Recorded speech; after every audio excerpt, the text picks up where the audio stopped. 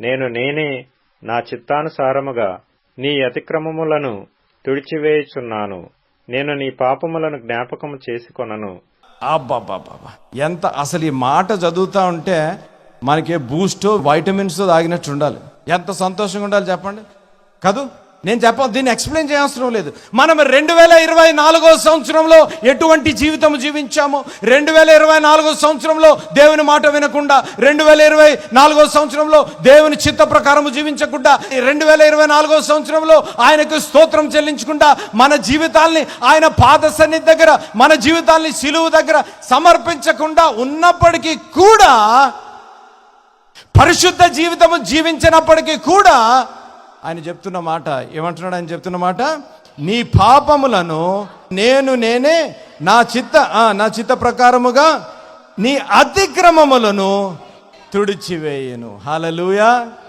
నూతన సంవత్సరంలో నూతన క్రియ జరగాలి అనగా ఆయన ఇస్తున్న భరోసా కాదు, భరోసా. ఇప్పుడు గవర్నమెంట్లో వచ్చిన వాళ్ళు భరోసా ఇస్తారు, అది చేస్తాను ఇది చేస్తాను. మేము కూడా భరోసా ఇచ్చు, మేము చేయకపోవచ్చు. వాగ్దానం ఇచ్చిన దేవుడు, that's it. The God who has promised will fulfill his promise no matter what. ఆయన చెప్తున్న మాట, మీ అతిక్రమములను అంటే ఏంటి?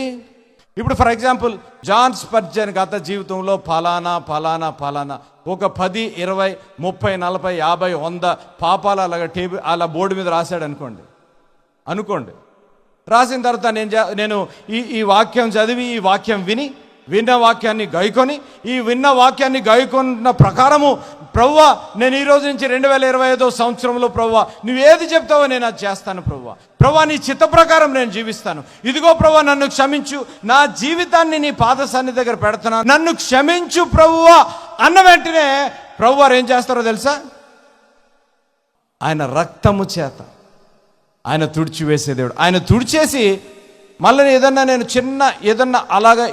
మాట జారని అనుకోండి, ఒక మాట చెప్తున్నాను. స్పర్జన్, ఆ రోజు నీ పాపం ఒప్పుకున్నావు కదా, మళ్ళీ ఎలాగరా నువ్వు ఈ బూత్ మాట్లాడు, మళ్ళీ ఆ పాపం అప్పుడు అలానా 15 సంవత్సరాల ముందు ఆ పాపం చేసావు కదా అని మళ్ళా నాకు కాండమ్నేషన్ ఉండదు. అక్కడ చెప్తున్న మాట, నేను నీ పాపములను, ఎంత గొప్ప దేవుడు కదా.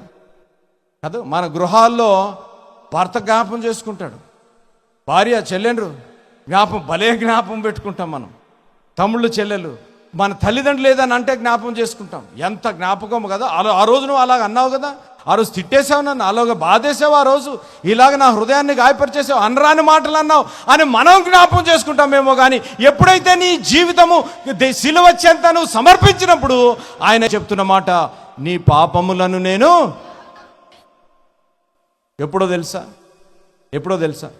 అమ్మా, దేవుడు నీ పాపములు జ్ఞాపకం చేసుకున్నాడు చెప్పండి? ఎప్పుడైతే మీరు జ్ఞాపకము చేసుకోకుండా, అమ్మా 18వ వచనం, మునుపటి వాటిని జ్ఞాపకము చేసుకొనకుడి, పూర్వకాలపు సంగతులను తలంచుకొనకుడి.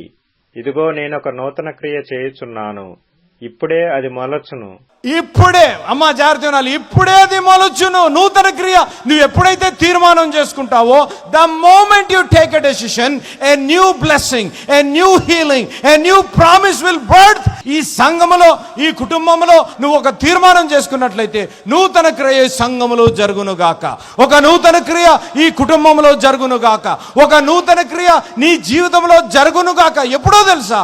పాత జీవితము, రోత జీవితము నువ్వు ఏదైతే జీవించావో నువ్వు జ్ఞాపకం చేసుకోకుండా, పొద్దుగూకుల దాన్ని తలంచుకోకుండా, దేవుని చిత్త ప్రకారం జీవిస్తాను ప్రభువా అని నువ్వు సమర్పించుకున్నప్పుడు దేవుడు చెప్పే మాట, నువ్వు స్తోత్రం చెల్లించు, ఎందుకనగా నీ పాపములను క్షమించే దేవుడను నేనే.